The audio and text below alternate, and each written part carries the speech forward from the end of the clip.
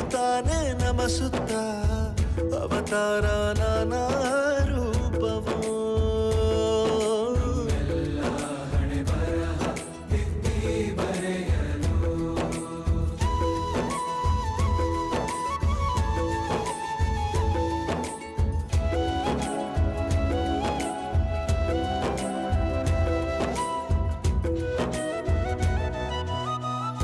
ಬಾಳಲ್ಲಿ ಲೆಕ್ಕ ಎಷ್ಟು ಮುಖ್ಯ ಎಂಬುದ ಬೆರಳಲ್ಲೇ ತೋರಿ ಕಲಿಸಿದ ಗುರುಗಳೇ. ಈ ದೇಹ ಹೇಗೆ ದಂಡಿಸೋದು ಎನ್ನುವ ಸಂದೇಹ ನೀಗೋ